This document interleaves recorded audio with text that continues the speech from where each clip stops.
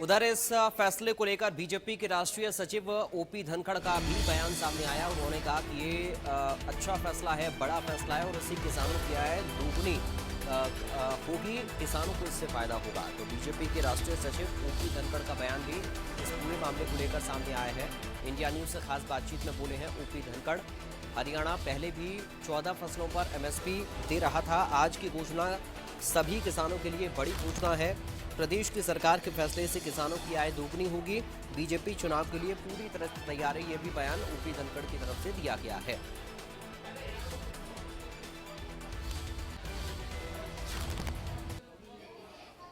Party की ओर से अपने चुनावी कैंपेन का शंखनाद आज धर्मनगरी कुरुक्षेत्र से किया गया है।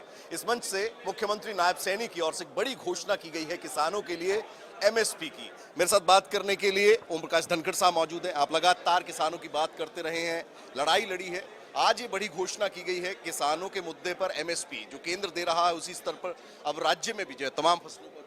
देखिए, अच्छी बात यह है कि हरियाणा पहले भी ऐसा राज्य है जो 14 फसलें खरीदता है। आज उन्होंने कहा कि बाकी फसलें भी खरीदेंगे, इसलिए हरियाणा एक तरह से ऐसा हो गया जो 100% फसलें खरीदने वाला राज्य हो गया। और हम ही एकमात्र ऐसे राज्य हैं जो सब्जियों पर भी भावांतर भरपाई देते हैं।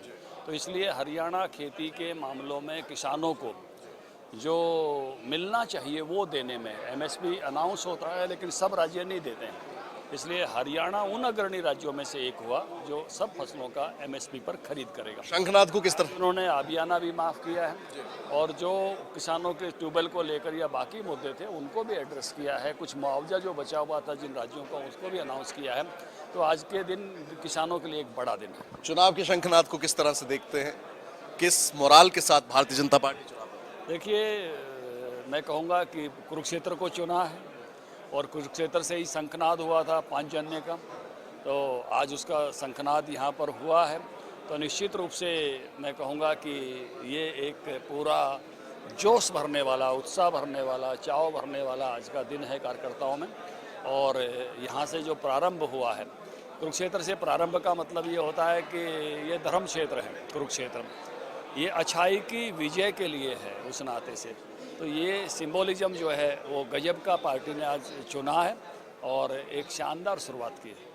ओम प्रकाश धनखड़ साहब हैं। स्पष्ट तौर पर कहीं ना कहीं जिस तरीके से 14 फसलें पहले खरीदी जा रही हैं, अब जो घोषणा की गई है उसकी सराहना, उसकी तारीफ करते धनखड़ साहब नजर आए हैं। कैमरा पर्सन जतिन के साथ विपिन परमार, इंडिया न्यूज।